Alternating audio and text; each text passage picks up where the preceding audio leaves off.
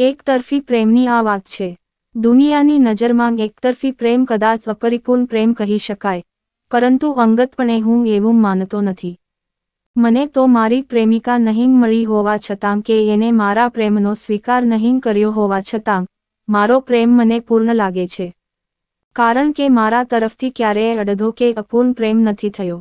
મેં તો એને ભરપૂર ચાહી છે અને સંપૂર્ણ ચાહી છે, તો પછી મારો પ્રેમ અપૂર્ણ કઈ રીતે કહી શકાય?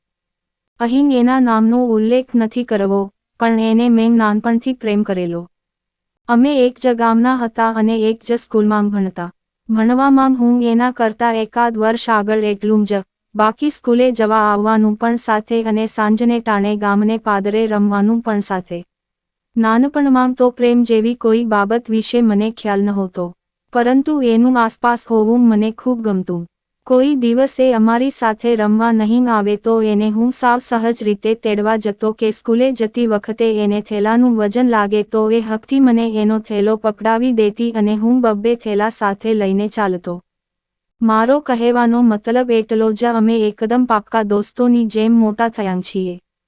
સહેજ મોટા થયાં પછી અમે પરીક્ષાની તૈયારીઓ પણ સાથે કરી છે અને જ્યારે એ મારા ઘરે વાંચવા આવતી ત્યારે એ હંમેશા મારા માટે મારું કંઈક ભાવતું બનાવીને લાવી છે.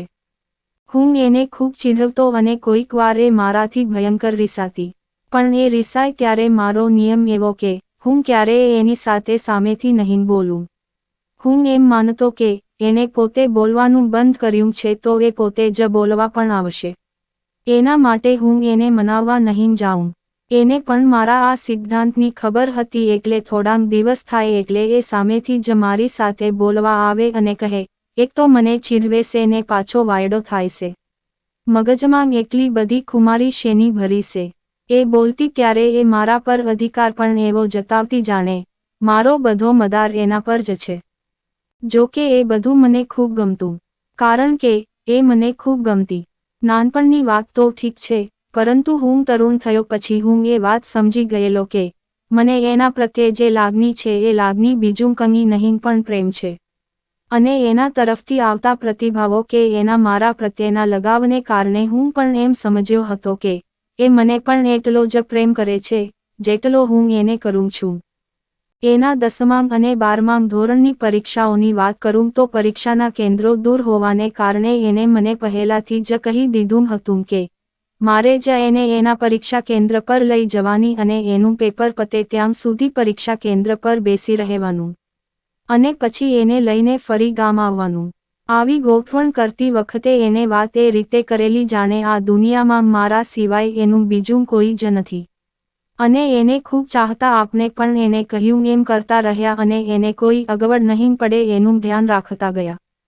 એની 12મા પરીક્ષા ચાલતી હતી ત્યારે મેં નક્કી કરેલું કે પરીક્ષાના છેલ્લા દિવસે એ પેપર આપીને આવે એટલે એને ક્યાંક સારી જગ્યાએ નાસ્તો કરાવવું અને એની આગળ મારી લાગણીઓ વ્યક્ત કરી દેવું. સામે મને પણ એવો ભરોસો હતો જ કે એને પણ આ બાબતે કોઈ વાંધો નહીં જ હોય. પરંતુ એને જ્યારે મેં આ વાત કરી તો એ ડઘાઈ ગઈ અને એને મને કહ્યું કે એણે મારી બાબતે ક્યારેય એવું વિચાર્યું જ નથી. એ તો મને એક દોસ્ત કે વિશ્વાસપાત્ર ભેરુ તરીકે જ જોતી રહી. એથી મોટો ઝાટકો તો મને ત્યારે લાગ્યો જ્યારે એને મને એમ કહ્યું કે એ છેલ્લા 2 વર્ષથી એક યુવકના પ્રેમમાં છે અને ભવિષ્યમાં એમના લગ્ન સુખરૂપ પતિ થાય એ માટે એ મારી મદદ લેવાનું વિચારી રહી હતી. એ દિવસે એની વાત સાંભળીને મને દુઃખ તો બહુ થયું, પરંતુ હું એને દુઃખી કરવા માંગતો ન હતો એટલે એને કંઈ નહીં કહ્યું અને એને લઈને ગામડે આવી ગયો. એના છેલ્લા પેપરની છેલ્લી સાંજે અમારી મુલાકાત હતી. ત્યાર પછી હું એને ક્યારેય મળ્યો નથી કે એ સામેથી મને મળવા આવી તો પણ મેં એને ટાળી છે. જો હું એને મળતો રહેત કે એની સાથે વાતો કરતો રહેત તો હું એના તરફ ખેંચાતો રહેત અને મારા જખમો વધુ ને વધુ ઊંડા થતાં રહેત. એ જ વર્ષે બહાર ભણવા જવાના બહાને મેં ગામ છોડી દીધું અને ત્યાંથી અમદાવાદ આવી ગયો, જેથી રોજે રોજ એનો ચહેરો નહીં જોવો પડે. ગામમાં પણ બધાને એમ જ હતું કે અમે બંને ગાઢ પ્રેમમાં છીએ, પરંતુ લોકો જેમ જેમ વાસ્તવિકતા જાણતા ગયા એમ એમને પણ આઘાત અને આશ્ચર્ય થતું ગયું. જો કે અમદાવાદ આવ્યા પછી મારા ઘા થોડા રૂઝાન્યા અને હું મારા ભણતરમાં થોડો ઘણો પરોવાઈ ગયો. પરંતુ હું એને સંપૂર્ણ ભૂલી તો નહીં જ શક્યો. એણે મને સાચા મિત્ર તરીકે જોયો હતો એટલે એણે અનેકવાર મારો સંપર્ક કરવાનો પ્રયત્ન તો કર્યો પરંતુ મેં એને દર વખતે ટાળી. આ કારણે મેં એને ઘણું દુઃખ પહોંચાડ્યું પરંતુ મને ખબર હતી કે જો હું એમ નહીં કરું તો મારા ભાગે ખૂબ દુઃખી થવાનું આવશે.